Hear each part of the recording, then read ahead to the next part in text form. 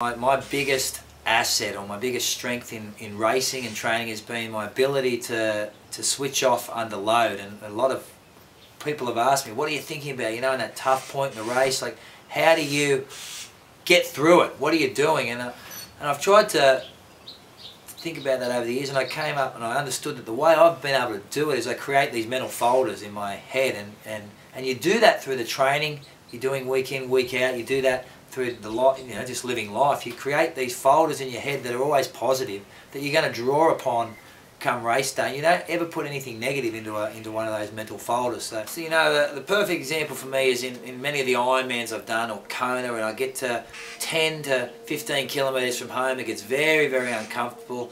Anyone who's raced any race Ironmans or half Ironmans, we all know that feeling when your body just wants to stop. You want to walk, and that's the critical point of a race. That's the point that differentiates between you having a sensational day or having a horrible day, that moment. So the thing I always say to myself is, you've got to embrace that moment, embrace the suck, and take that in, go, okay, here it is. This is why we're doing the sport. Everyone's going to feel this uncomfortable, quite normal.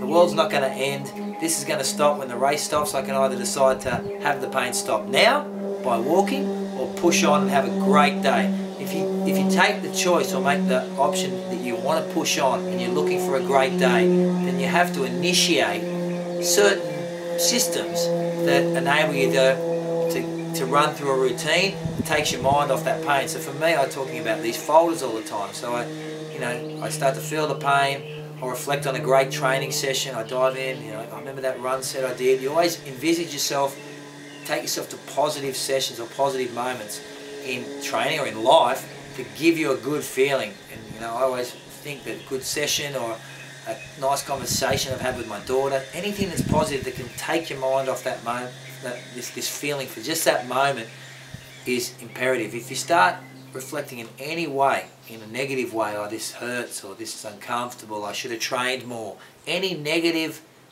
thought will magnify. And the same can be said for the positive thoughts. So keep it positive. If you start to think negative, reset your mind pattern, reset your thoughts, look for another folder that's positive in your head.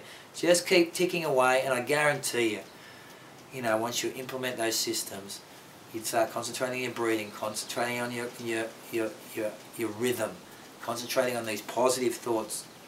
They're like storms. These waves of pain and waves of emotion will come in and they'll disappear, and you'll feel great again. It doesn't mean it's not going to happen again. It just means you need to implement that system again.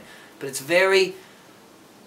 a pure point of endurance racing, and it's something that I think a lot of people should spend a lot more time focusing on in training. When you're doing those sessions that hurt, take that time to reflect on what's happening, what you're thinking at that time. Because a lot of the time, when you haven't done that in training, you get to that moment, your mind, your thought patterns very, very rushed, very fast. You've got to learn to slow that down and take back control, and you'll find that purity of pain in racing is spectacular. Once you get to control that, it's awesome. There's nothing feels better.